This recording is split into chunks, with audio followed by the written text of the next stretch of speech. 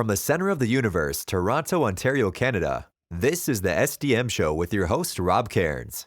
The SDM Show focuses on business, life, productivity, digital marketing, WordPress, and more. Sit back, relax, grab your favorite drink, and enjoy the show. Here is Rob. Hey everybody, Rob Cairns here. I'm the founder, CEO, and chief creator of Amazing Ideas at Stunning Digital Marketing.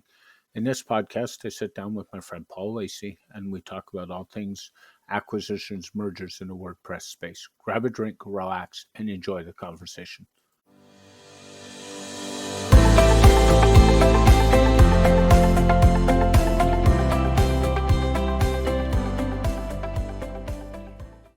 Hey everybody, Rob Cairns here. Today I'm here with Paul Lacey, and I thought I'd have Paul on the podcast so we could talk about all the acquisitions and mergers in the WordPress space. I know Paul and I have a bit of a different of opinion, so I thought we'd throw it out there and just have a conversation amongst friends. How are you today, Paul? I'm doing great. Thank you very much. And thank you for having me as well. I really appreciate it. And we've known each other for a long time, but we've not spoken in person as much as we should have. And I'm really pleased to have gotten to know you a lot better over the last couple of weeks, actually, since you came on my old show as well. Yeah, it's always a pleasure, and it was funny because we've tweeted, we've chatted on Facebook, and lately we've been chatting more. So it's a really great thing, and it's always a pleasure to chat with you, Paul. So Likewise. I thought we'd kind of hash out some of these mergers, and I think where it started, honestly, was with Salesforce. Yeah. And for those who don't know, Salesforce injected a pile of money into Automatic some time ago. And I think that was a sign of things to come. Do you have any thought on that? Yeah, it's like on the Post Status website, there is a list of there's this ongoing list that they maintain of all the different mergers and acquisitions. It's quite funny because you see, you can fit everything that was in 2018, 2019, 2020 on one screen as you scroll up, and then you hit 2021 and it just goes absolutely nuts. But yeah, I think Automatic took the investment of something like 300 million, didn't they, from Salesforce, which nobody really knew why they were taking that money and what they were going to do with it, but it did seem to spark a lot of activity. And I've got thoughts on why that is as well, which I'm no expert on this at all. I'm just kind of lowly observer of such. But the one that I remember, I do remember that one because we reported on that when I was co-host of This Week in WordPress on Dopey Builds. But the one that sticks in my mind that was the big shock to me was when WP Engine acquired Studio Press. Yes. That's the one that for me, I always feel like that happened. It was huge news. And then there was another, and it was huge news and it was shocking. And then it's just every day now. Every day there's an acquisition within the WordPress space. There's lots going on. It's been crazy. It's been Liquid Web with their with Stellar WP, their umbrella brand. And at the time of this record, yesterday, Brainforce, who's, for those who don't know, is the ones who own Astra Theme, and they bought Project Huddle. So that's the latest one. So, I said to somebody the other day, I think they're going to slow down as we get into the holiday season. I don't think there's any slowing down. And I even read a tweet from Chris Lemma, who's up at Liquid Web, and Chris had tweeted saying he thought Liquid Web Stellar WP was done with acquisitions. And I'm going to be honest with you, Chris, I don't believe you. Well, he's trying to distract us. That's what he's doing. He's good. He's a very smart guy, Chris, isn't he? I don't know him. In fact, I don't know Chris at all. But I observe how smart he is and how. And I think in a blog post that he did recently, he said that he'd been put on the team of figuring out who Liquid Web should acquire, and I think everybody probably knew that anyway. I think it was pretty obvious that he was, involved in that. But he's confirmed it now and everything. You can see what they're doing over at Liquid Web. And but yeah, I mean, to me, it feels like there is there's three things in my mind generally about all the acquisitions. There's first of all, there's the kind of reality of the situation at the moment, like what is actually happening at the moment, and what does that probably mean from like an economic point of view. Then I have my concerns, and then I also see lots of opportunity as well. And I don't know if we'll have time to sort of go through each of those three things and anything else as well. But to me, it's kind of like the reality, the concerns, and then the opportunity. And I think I probably sway onto the concern side more. That's probably at the forefront of my mind. And probably the reason that we're recording this today is because I'm guessing is because you see the opportunities more, and it's just I think it takes us all a while to figure out where we are in the middle of all this. So from business opportunities to community, that kind of thing. But yeah, I mean that Brainstorm Force one though, just to quickly switch back to that one, that's interesting to me because if you think about it, Brainstorm Force has just brought Project Huddle. Project Huddle is owned by Andre Gagnon, who happens to be the business partner with Adam Preiser in their project called Presto Made, which is currently one plugin, but they said that they're doing three major plugins. They've got Presto Player, which is a video player, and Brainstorm Force owns Cartflows. No, it doesn't. It owns half of Cartflows, or it owns a certain percent of Cartflows alongside Adam Preiser. So it's almost like there's a little triangle there of Adam and Andre and Brainstorm Force. So who knows? If you want to predict something, maybe you kind of look at that and think, wow, okay, what might be next then in that case? Yeah, it's so true. That one I didn't see coming. Some of the other ones, like some of the Liquid Web mergers I see coming, and it's interesting when we talk about that. I'm kind of in bed with or use a couple of those products. So I've been a long time iThemes user. You mentioned Post Status earlier, who was co-founded by Corey Miller, who originally was the founder of iThemes. Corey's an old, long-time friend and has been on this podcast, actually. So Corey's an old friend. And always has a lot of good things to say. So, that merger was an interesting one originally. Then this is going back a few years ago. And then they went and they bought Canvas Themes. Well, it's interesting because we were talking in a pre-show. I'm kind of all in with Gutenberg blocks. And what is my block stack? Canvas. So here I go again with Stellar WP, a Liquid Web brand. And then it's just kind of, I look at some of these like Automatic bought Pocket Casts some time ago because Automatic seems to be jumping into the content creation space right now. So they've bought a couple microblogging, they bought Tumblr, and then Pocket Casts, which is interesting because for those who don't know, Pocket Casts is a popular podcast player.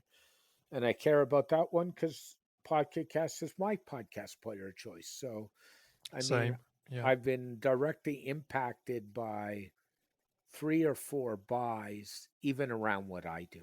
And I'm sure you have, Paul.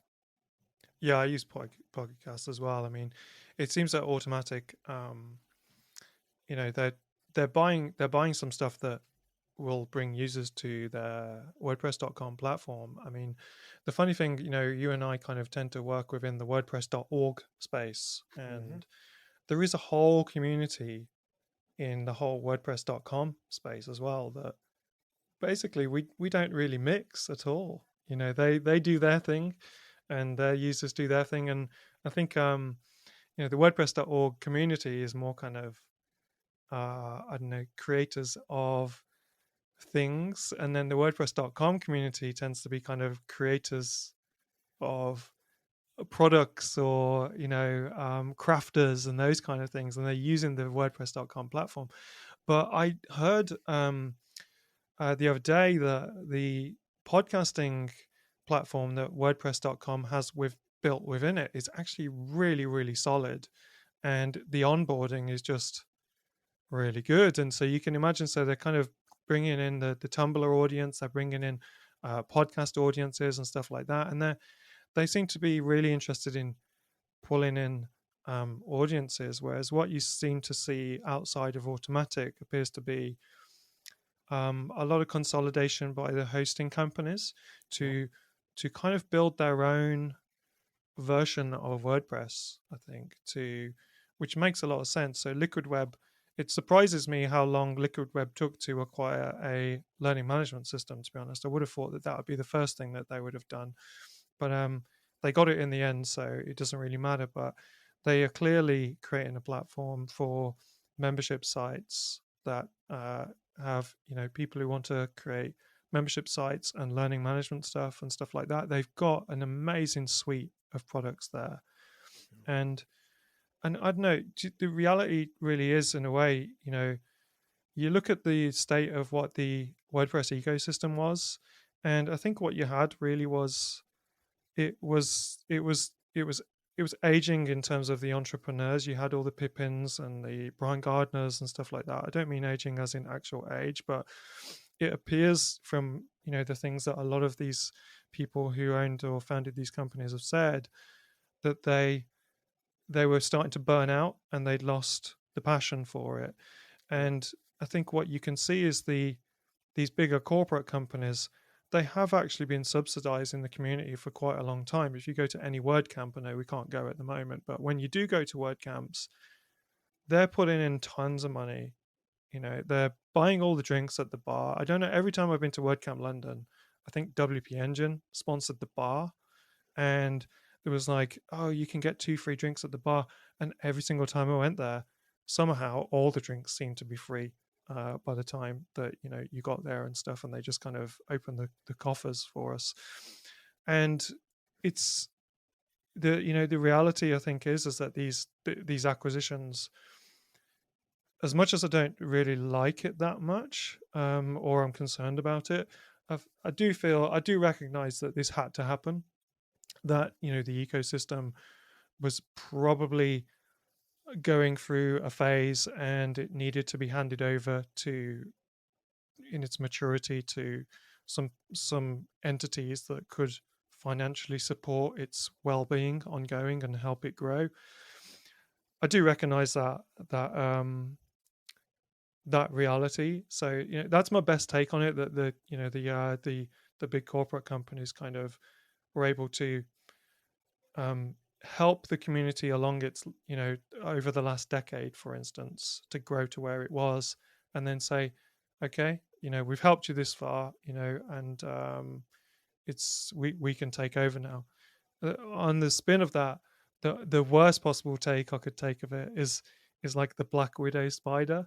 Yeah. That the female spider, when it's done with the male, everything that it needs from the male, it eats it, and the male dies, and but the male does know that it's in dying, its nutrients went back into its ecosystem and fed its children.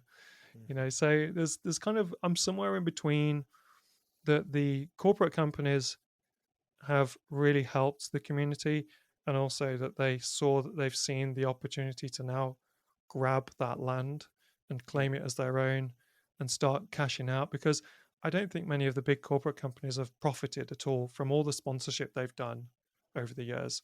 You see companies like GoDaddy and stuff go into WordCamps. I love the GoDaddy team, the GoDaddy Pro team. They're brilliant, and if you get to meet them, they're brilliant people.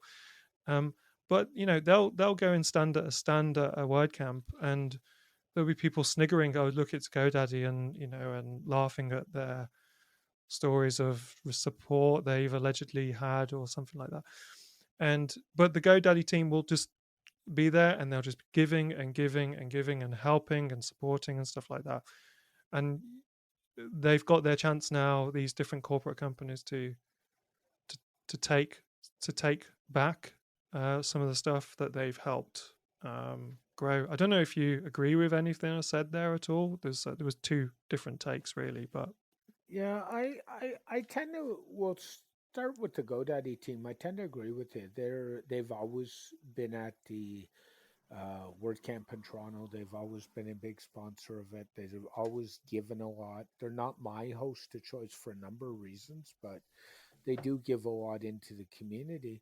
And I know in our community we like to, developers like to criticize EIG/Newfold, whatever you Yes, want to call them.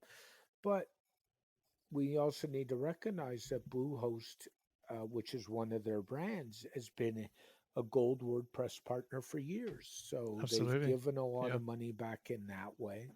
I know SiteGround is as well, and they've put in a lot of money in that space. They're not my host of choice anymore for a multitude of reasons, but the reality of it all is, that's just what's happened. And I think we got to look at that. But I also think one of the reasons I kind of like this space is there's anything that's more frustrating. It's going to the WordPress repository on WordPress.org, and this plugin hasn't been updated, and then you on Wednesday you pick up iThemes' security list, and there's 60 plugins, and 20 of them they're telling you to get rid of. Yeah. And from my standpoint, as somebody who makes a lot of money on care plans and security care plans, um, I have a problem recommending plugins that aren't going to be around for a while.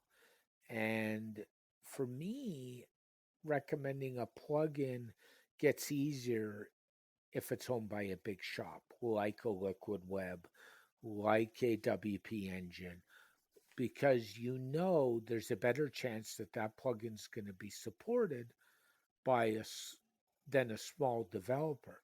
But then the other side of that is the small developers are where some of the creativity comes into play. So these small developers are the ones driving all the creative changes because big corporations tend not to like change. I couldn't agree more. Absolutely. If you see now, if we take Liquid Web as an example, they've clearly put a package together, and they need to support all of those plugins for those people like us that perhaps buy those plugins as a separate entity. But they're going to package them together. They're going to onboard thousands, maybe millions. I don't really know how big they are, but they'll onboard hundreds of thousands of people at least into the WordPress ecosystem. And those people that onboard to this packaged up version will have a fantastic experience compared to some of the people that you and I might pick up as clients, Yeah. see what they've done. The mess that you find, you're like, oh my gosh, how did this happen? They're like, well, I went and bought this theme, and then I bought that plugin and watched a YouTube video. They told me to get this and everything. And I think that is a huge problem in the WordPress.org ecosystem, that it is so easy to get it so badly wrong. And these packaged up recipes of WordPress that will be kind of white glove handheld onboarding for so many new WordPress users, it's only going to be a really good thing for the ecosystem. The pushback that I have on the whole thing, right, is, if I can, I'll try and tell this as a little story as such, but it's the culture versus the corporate growth argument. So I don't know. I mean, you're in Canada. I'm in the UK, and and what kind of concerns me is kind of like the impact to the culture of the ecosystem at the expense of the corporate growth. So the corporate growth is good. We all like corporate growth in capitalism. We all want, non-stop growth and all that sort of thing. But it can and does come at a cost. And here in the UK, we used to have industries like mining and steel and that kind of stuff.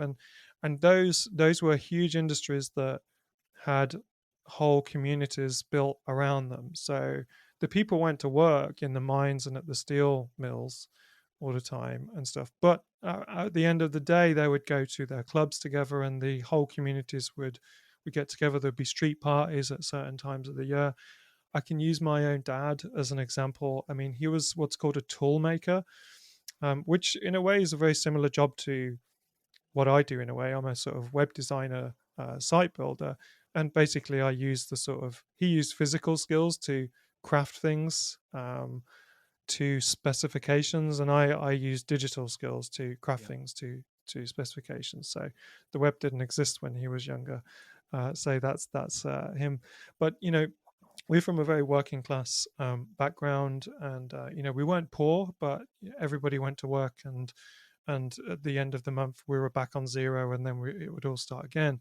And he worked in a big company as a tool maker where there was hundreds of people in different factory floors and everything, and there was a really good community within that company. They would, I mean, one of the things my dad did as a tool maker was he was a precision engineer, basically. It used to be called a tool maker. So he would make pieces of metal, usually, that would be parts of aircraft or cars or different things, little precision pieces that had to be to a very special specification. He would make all the fishing spools for the company fishing club, for instance. So he would make them out of this plastic material. All the people in the company, they didn't need to go to the big shop to buy all their fishing spools. My dad would make them. Then there was another guy who would run the fishing club, do all the competition stuff as the treasurer, all this kind of stuff. There was a whole community there, and as in around the 80s, all these kind of industries kind of in the UK kind of diminished significantly, and the mining and the steel and the tool making and that kind of stuff. And with it went the communities, and what the governments always tried to replace with those things was jobs. So you would have a situation where a whole mining town would close down, and they would create some kind of business center or something like that, and they would make sure that all the people that wanted jobs got a job. But it was just a completely faceless, there was no community aspect to it. People were just turning up, clocking in. I think there's I forget what the film's called now. There's that film about the guys who became strippers in the UK. I forgot what the film's called now. We'll have to. I don't know if you've seen it. They worked in a coal industry, and then they became like they kind of got together as a community event. But all of that community stuff went, and the big problem was the corporations or the government would just think, okay, what we did was we wiped out their jobs.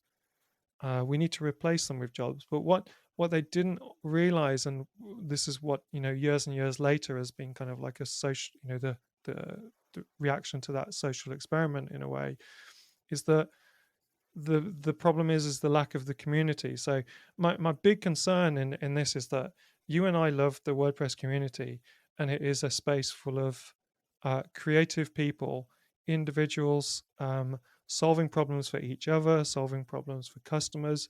And even if you think back to the Genesis days, swapping little PHP snippets and stuff like that, and and people being almost legendary for sharing their snippets, and that kind of interaction in between the community was actually what got me interested in the community. The sharing, the problem solving, the giving back.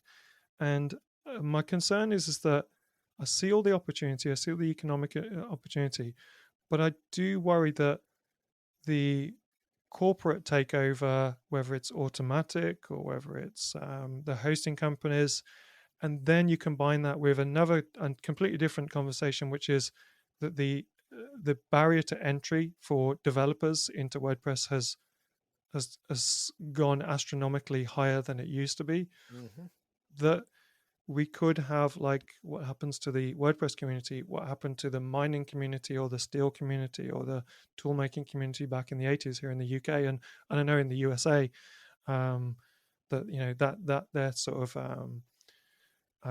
of production and industry kind of disappeared in places like Detroit and stuff like that.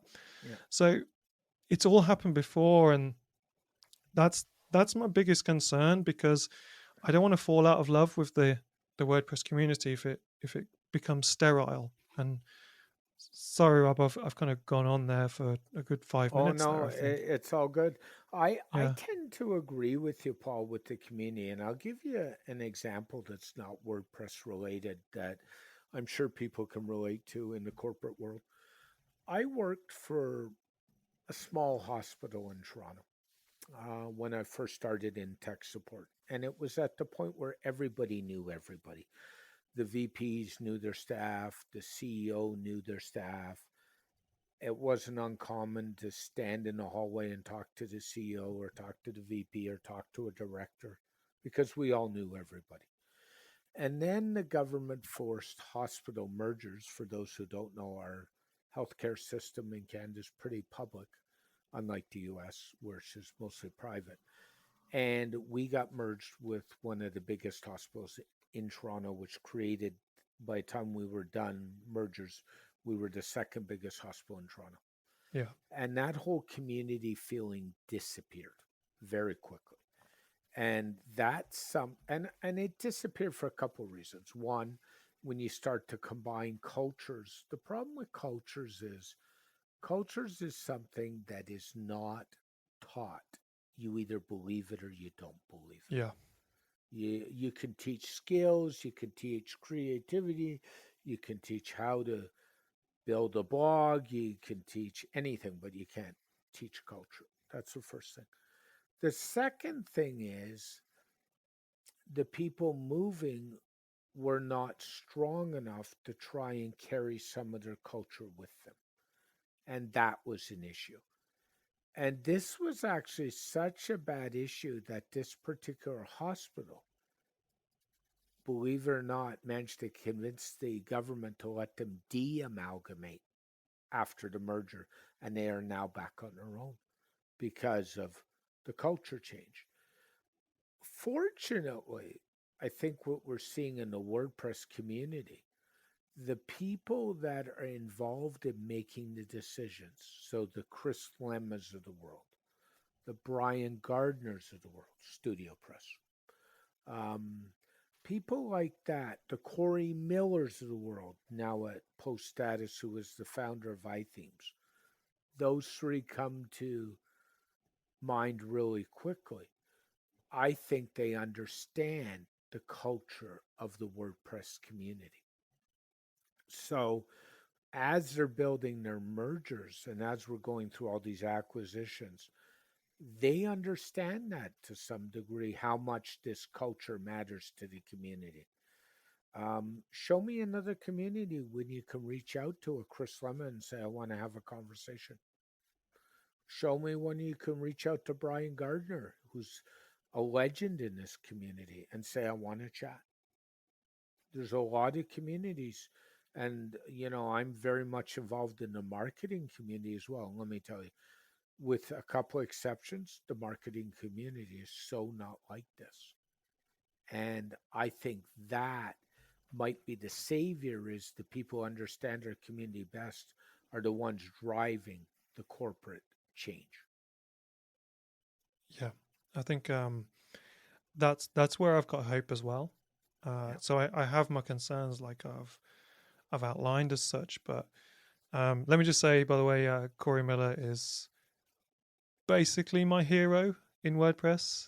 If he did this talk about his mental health a few years ago at a WordCamp, and I've got to say I've watched it about 15 times. Corey and I have talked about the mental health issues because I've gone through my own in the last year, and Yeah. I actually released a podcast about what I dealt with, and we've talked about that. He's been through it, and he's been very public about it. And when I did this podcast, one of the things, not to segue, is I wanted somebody special for episode 100. Yeah. And I reached out to Corey and said, we've known each other a long time. Would you oblige me? And Corey didn't even think twice about it. He is such a giving and driving force in our community. It's not funny. And the other guy that, he's gone through his mental health challenges, and he's been very public about it, is our friend Jeff Chandler over at WP Mainline. And when he did the WordPress Weekly show, he had talked about it in an episode before he left WP Tavern. And I actually, I felt for Jeff, and I consider Jeff a good friend. He's been on my podcast. We chat pretty regularly. And I had sent Jeff a letter basically saying, here's some of the stuff, here's how I feel. And I guess I made an impact because Jeff read the email I had sent him word for word, unedited, on WordPress Weekly, WordPress Weekly at the time. And these are people that matter. And these are people that are going to help shape this community. Guys like JJJ, John James Jacoby, I mean, he's another one. Guys like our mutual friend, and I know you're not in the woo space, Bob Dunn. Yeah. And the guests and the contributors he has on. Our friend Leslie at Newsletter Glue, shout out to her today. I was reading some tweets from her today. I mean, there's all kinds of people. And I think our community has our heads screwed on right, to be honest with you. I mean, it's really important we don't lose that. And I agree with you. I mean, that's the biggest thing, right? Yeah, I think we do have that in our favor.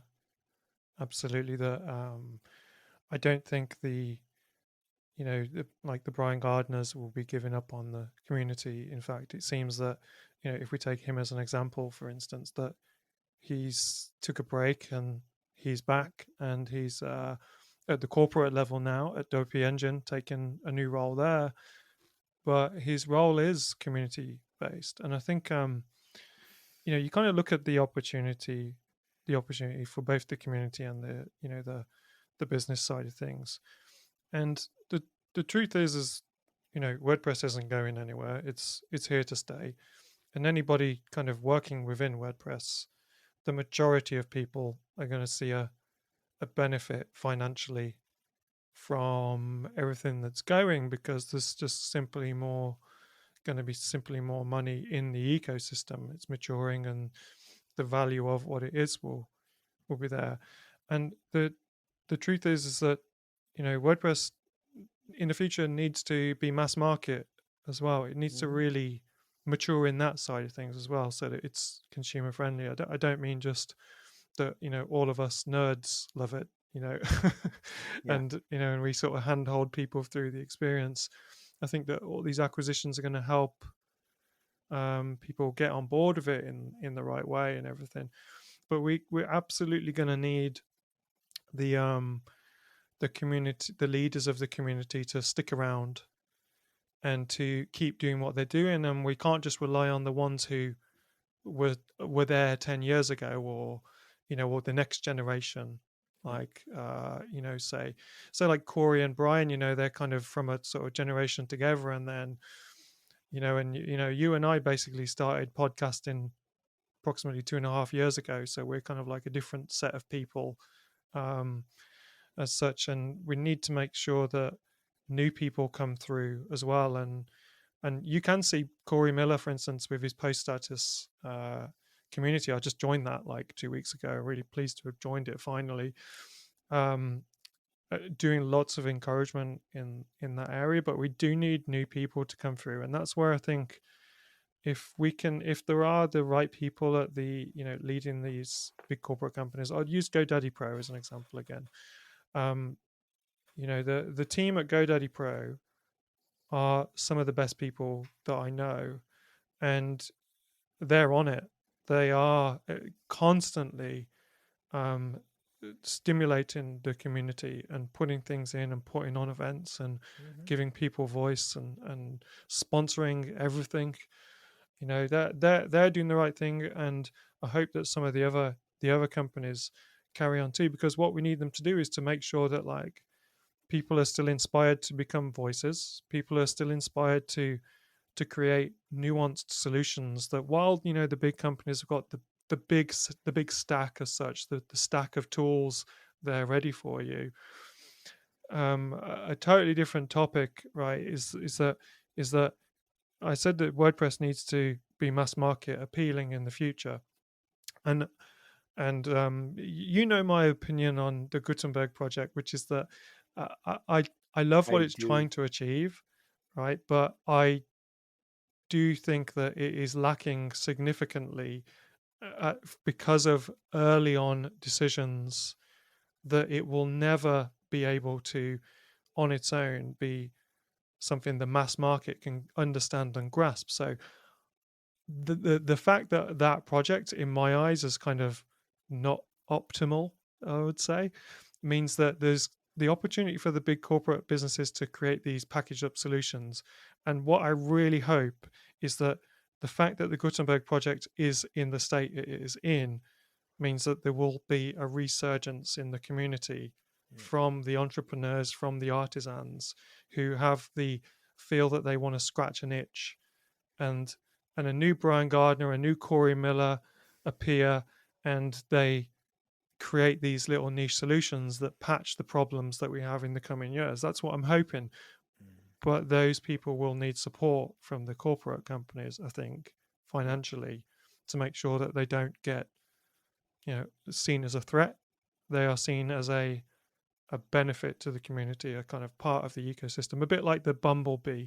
That if you take the bumblebee out of the ecosystem, apparently all hell's going to break loose. It doesn't seem to make any sense because this bumblebee just goes around kind of like picking up some stuff in one flower and taking it to another, and stinging people. But apparently you take the bumblebee out of the ecology and we're screwed. Yeah, And I think that we need to keep those bumblebees in our community as well, not just kind of the big things. I would agree. And we talk about new people, and one of the people that I am so fond of, one of my favorite WordPress people that's emerged from the Gutenberg stuff is Birgit. I mean, Yep. she has been a voice of reason. I had her recently on this podcast. She almost converted me. She almost had me. I'm sure she's a persuasive lady, to say the least. But her and I talked Gutenberg, and she was on WP Bills recently with me as well. And we need people like that. We also need people with different voices to keep voicing their concerns and keep voicing their opinions. And I think, in today's world, the coolest thing out there is it doesn't take a lot to start a podcast. I say to start one. To maintain one is a different kettle of fish. People think podcasting is easy. You do a quick record, you upload it somewhere, you share it. Oh boy, and you know this. It's a lot of work, but we need people with the voices to do what I do, to do what Nathan does, to do what Matt Medeiros does, Bob Dunn, Joe Casabona. I mean, I can go down a list of people, and Michelle Frechette. Michelle Frechette, who There's I know so much stuff. Another one. Somebody who's jumped into the podcasting space lately is Bridget Williard. I mean, it just goes on. And we need those voices and we need those opinions. And I'll tell you why. Your opinion or my opinion isn't always the right or the wrong one. But if you keep listening to the same opinion all the time, you don't expand your knowledge base and you don't expand how you feel because you get the same slant all the time. And both you and I both have biases to what we like and what we don't like. And, when you're learning, you need to learn from multiple sources. So we got to keep that going. I truly, and, having met Matt once about 6 years ago or 7 years ago, I don't think Matt's anti-community. I mean, I know some people feel he is. I know some people have issues. I will tell you, I think Matt has the community in good check. And a good example is Automatic some time ago bought WooCommerce. And honestly, where would WooCommerce be if Automatic hadn't made that purchase? Yeah.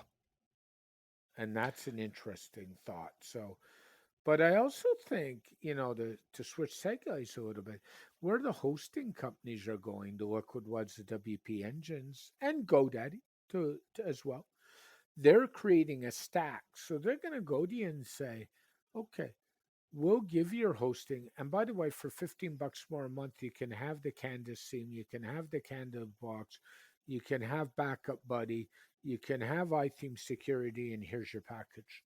And you don't have to go running around. So the good and the bad of that is you're not going to get best of breed, but you're probably going to get a solution that works really well together. And I don't think doing that impacts developers or designers at all. It No. just streamlines the process because most of the developers or designers have their own stack that they like to run that they know works well together. What's your thought on that? Well, first of all, a quick shout out to someone else who, when you were saying someone who you have noticed recently, and you said Birgit, I thought you were going to say Leslie Sim, actually, from Newsletter Glue. Leslie's the other one. Yep. Yeah, she's a really good new voice in the community, I think. And back to what you were saying on the whole expanding your, not living in an echo chamber. Yep. So, for instance, in 2 weeks ago, I think we connected to say, shall we have an actual recorded talk about this?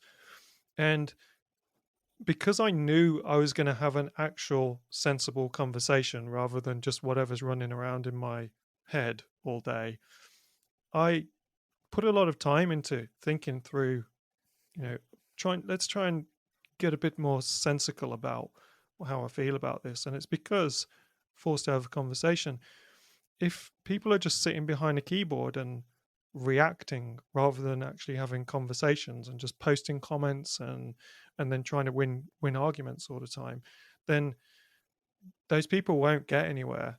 I do think that as much possibility as anyone's got out there, if anyone is listening and sitting strongly on one side of the fence, whether it's about Gutenberg or whether it's about acquisitions or anything, the answer to help getting towards somewhere where you make some ground on it is talking. And so I kind of put a lot of thought into this conversation and wrote a bunch of notes, especially Rob, because I know I listened to your podcast with Joe Casabona, and you mentioned that you were a debating champion when you were younger. I was.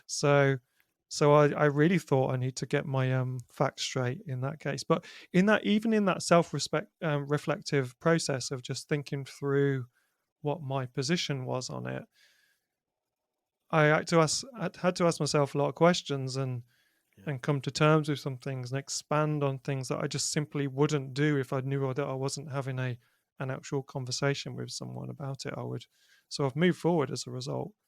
No, I agree with that. you. I mean, our mutual friend Bob Dunn was tweeting with the two of us a week ago saying, I can't wait to hear this conversation because Bob knows, I would say, both of us pretty well. He certainly knows me really well. Bob and I generally stay in touch and jump on calls just to talk about the community. I mean, there's another guy.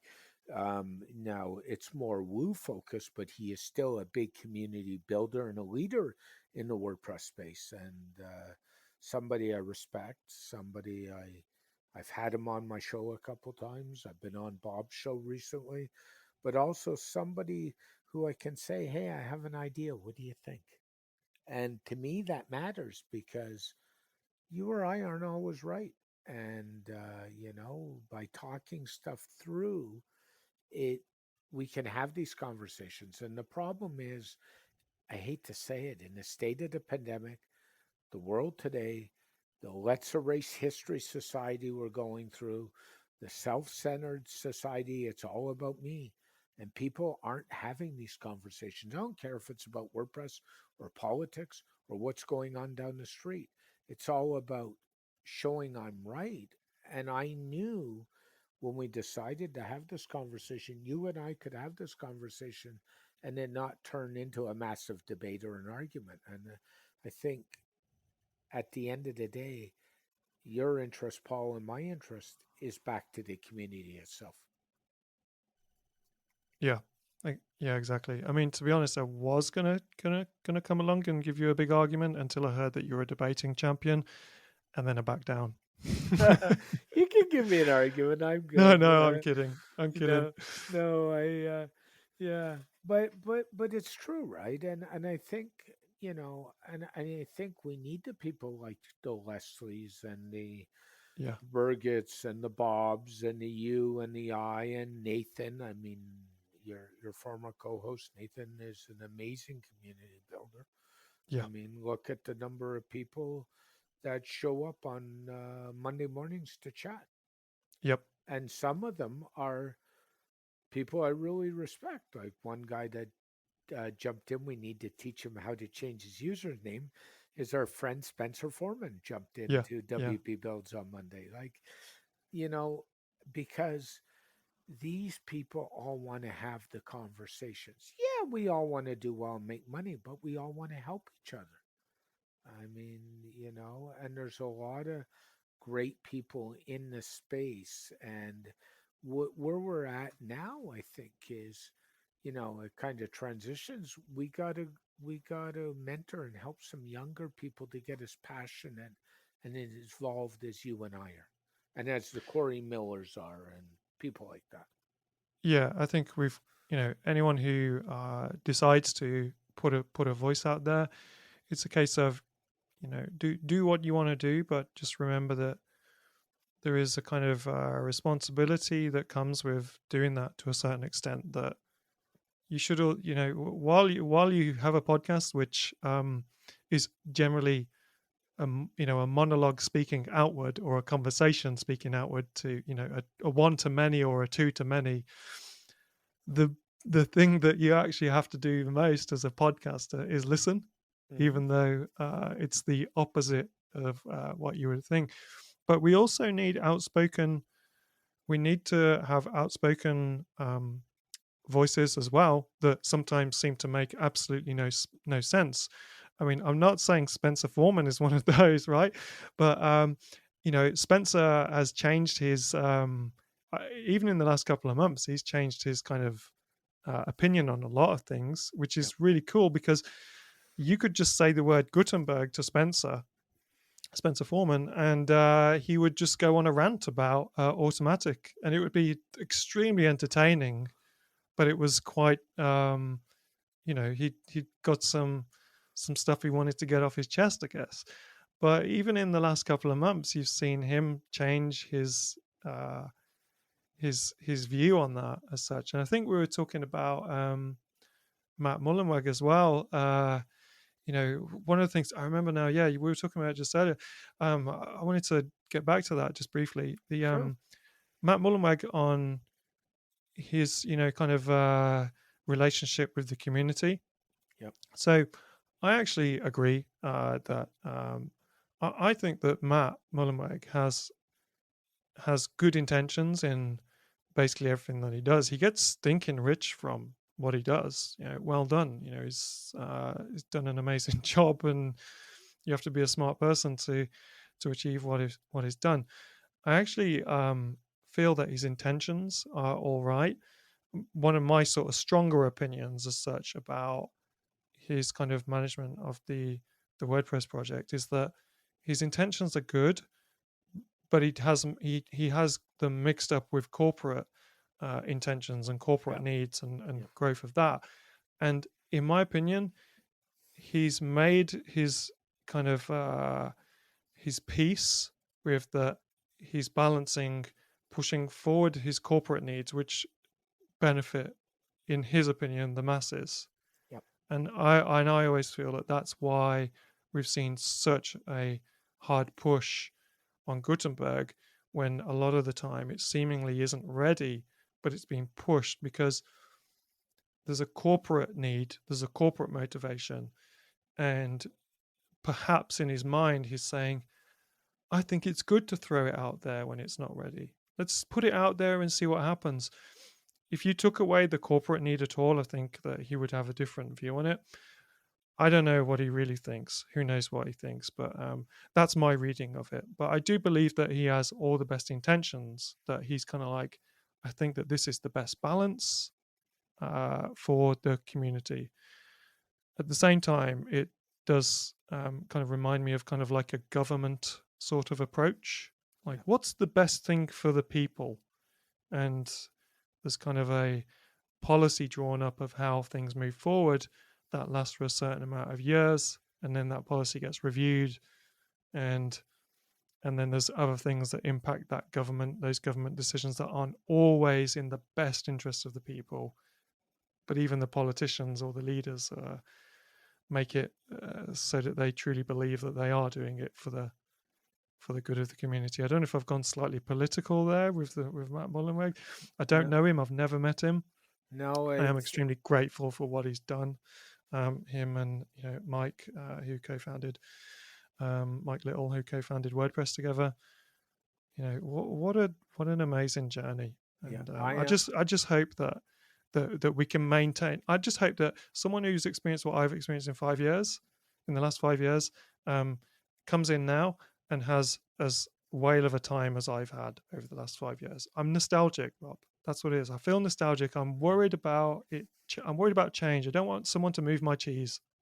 And I agree. I am so supportive. There's another podcast host, and I'm not going to name his podcast. I'm not going to name him, but I listen to quite regularly, and for a long time. And then a couple years ago, when the Gutenberg project rolled around, he started calling Matt the beloved dictator. And every episode's the same thing. And to be honest with you, I stopped listening to a show that I had listened to over 400 episodes of. It's the longest running WordPress show out there that anybody who knows the space should figure it out. And he's very into things like classic press, and if the community's not your ball of wax, that's fine. The community's not for everybody, but don't bash the people that matter to that community. If you don't like it, go away. Like, honestly, like, just go. And I agree that Matt's had a balancing act, but I also think we need an influx of some of this corporate money to expand WordPress. We do. WordPress is sitting right now about 42% of the market on the web, which is astronomical. And over the last year and a half, it's grown by another 15%. And there's big sites, including whitehouse.gov. The White House's official website in the US is on WordPress. And, people laugh about that. But it's not. I mean, it's really growing. And what people need for us to move and take the product to another world or another step, we need to put some money into it. And the only way to do it is to build some of the stuff. And I think if we keep doing it the right way, and people listen, and in January, Matt did these 15-minute phone calls, if anybody remembers, where you could book in, and they were gone in no time. And I managed to grab one of those 15-minute calls. Oh, right. Nice. Okay. And it was I felt I was heard in that 15 minutes. It's short. I would have liked an hour and a half, but you'll take it. I'll take it, minutes. But it's a step in the right direction.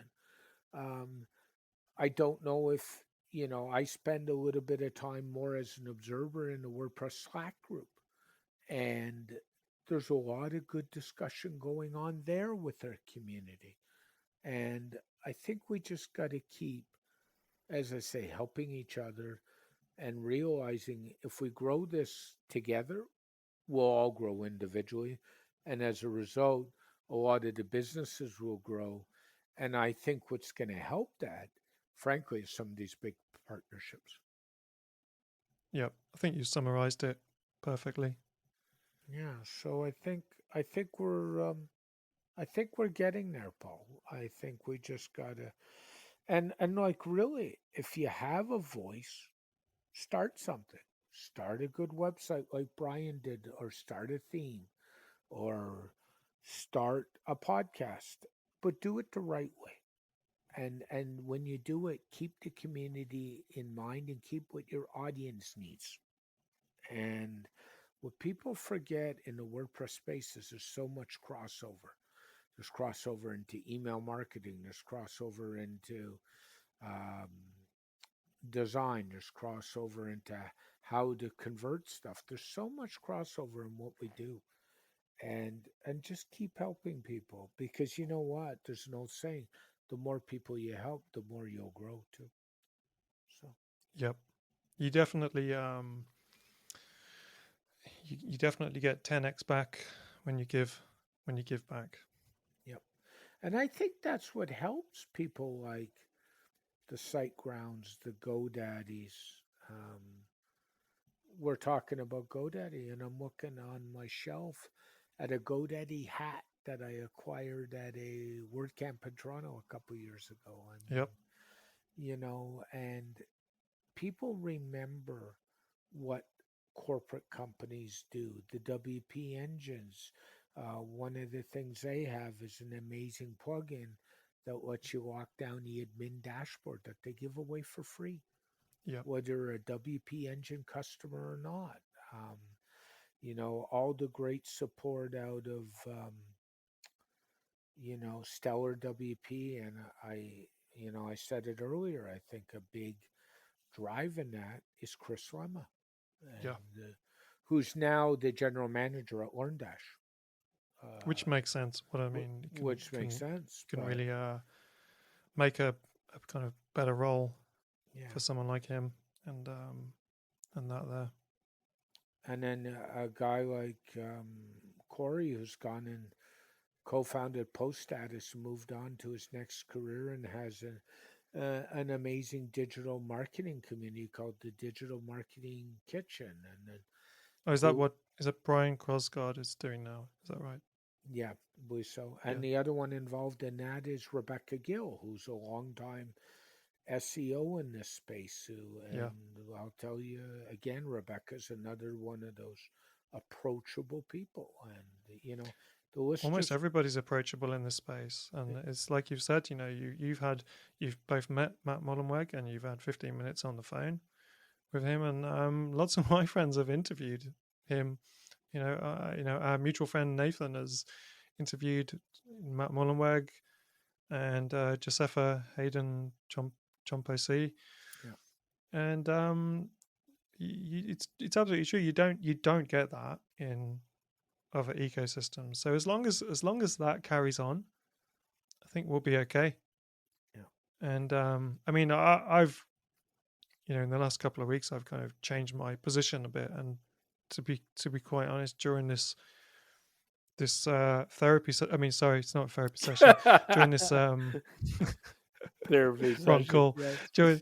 It feels like a therapy session now, because we should definitely do this tomorrow, and we can talk about Gutenberg then. Yeah, and Yeah. I'll feel better about that as well. That's another discussion. But Paul, this is how we learn. We have these conversations, and we think they're important enough to share them with the world, which is what we're going to do here. And we got to keep having them. And like I've always said to anybody who wants to jump on with me and have a conversation, and I know you and Nathan did with WP Builds, jump on with us, share with us. Let's just keep building. And I think we're a lucky group at the end of the day. Oh yeah, definitely. So, Paul, it's been a great conversation. If somebody wants to get a hold of you, how's the best way to get a hold of you? So I've got various projects going on at the moment, and in various different stages. I think the best place to connect with me is on Twitter. Actually, that's been somewhere that I've consistently stayed online, and I really enjoy meeting people on Twitter. So if you don't already know me, we're not connected, and you want to kind of carry on the conversation, then you can find me on WP_Paul Lacey on Twitter, and also my website, paullacey.digital, is basically just a small page that kind of just says about a few of the things that I've done, a few of the places that I've been, and a couple of my favorite talks that I've ever done are on that website homepage as well. Specifically, the one, my favorite talk that I ever did was called "How Giving Back to the Community Gave Me Strength to Move Forward." I would love anybody who is struggling or having a tough time in whether it's work or whatever to go and watch that and see if it can help you at all in the way that Corey Miller's video of his talk when he did a talk, I think it was WordCamp Denver, I think. Yeah, it was Denver. Yep. It was his talk was what inspired me to go on Lee Jackson's stage in front of, a physical stage in front of a whole bunch of my peers and pour my heart out on that one. And Lee let me take the recording of that and put it on my website. So I'd love people to go and watch that because I know that talk has helped a lot of people. So go and watch that talk if you do one thing. I'd be super honored if anybody went and watched that on paullacey.digital. Thanks, Paul, for your time today. And as always, it's always a pleasure to talk to you. And we got to do more of this because yep, let's do it again. We'll do it again soon. You have a wonderful day, Paul. Bye for Thanks, now. Rob. Thanks.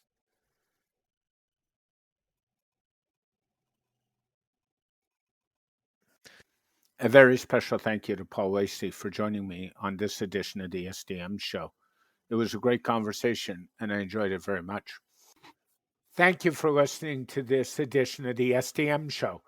This podcast is brought to you by Stunning Digital Marketing. For links to Stunning Digital Marketing and Rob Cairns, please go to stunningdigitalmarketing.info. This podcast is dedicated to Rob's late father, Bruce Cairns. Keep your feet on the ground and keep reaching for the stars. Make your business succeed. Bye for now.